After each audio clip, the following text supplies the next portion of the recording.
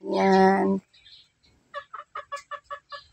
Yan na sila. 4 na lang sila sa 10. 4 na lang. 8 itim ito at saka 2 puti. Yung puti nag-brown, orange brown siya. Halik kayo, kain kayo dito Yan sila. Okay, kain time. Yan. Kadalasan kanin yung kadalasan feeds yung kaya napakain ko, pero ito kanin naman para hindi sila maumay.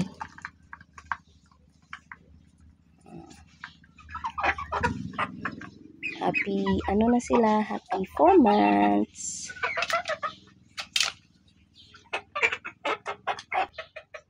Months na sila. Ito pa. 4 months na kayo.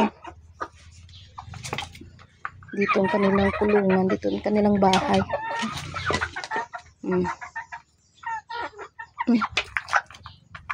Enjoy it. Enjoy kain.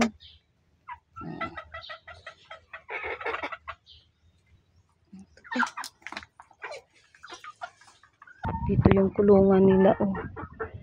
Kain ko na dito sila sa loob. Yung lang muna, kanin. 4 months na sila. Happy 4 months. Ting ting. Mabait kong mga ting ting. Hawakan lang. Bili. Ting ting.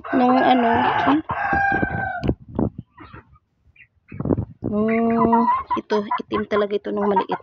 Ito, puti. Ang isang yun, na may itim. Na may pula siya.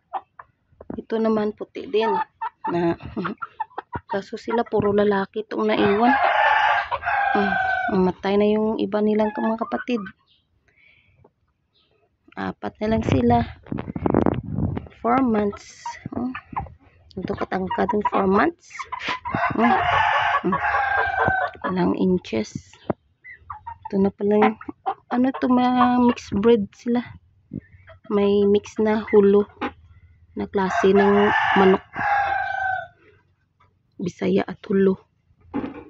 Yan. Ito silang dalawa puti. Puti yung nung maliit pa sila, nung baby pa sila. Yung dalawa itim.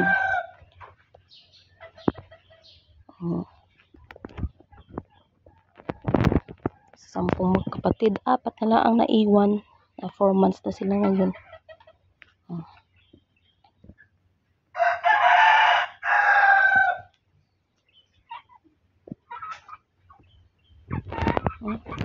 Pero talaga yung kanilang bahay, yung kanilang yung kanilang nest noon. Yun ang kanilang nanay yun, nabaliw na. Walang itlog na dyan. Pero dyan siya na naglimlim. Naglimlim siya na walang itlog.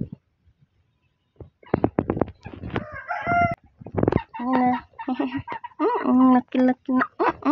Bigat na, mabigat. Bigat. 4 months na sila. 4 months. Tigs. Lalaki ito. Lalaking manok. Bigat. Malaki ng butsi. Puti ito nung maliit. Ito siguro babae ito.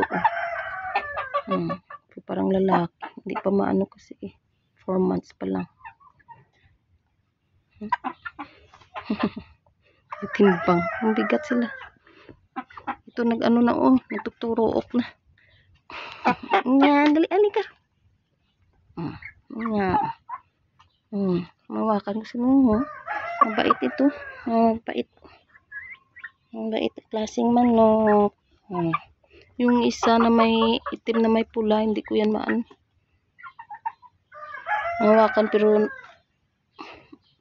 maano sa mga tao. Hindi siya malapit sa akin. Ayan sila. Ito lang kayo. Paghapon ko na. Kinukulong ko na kasi nawala. Wala sila.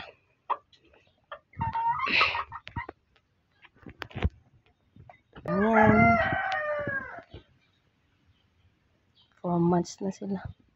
Okay na. Kain. Enjoy eating.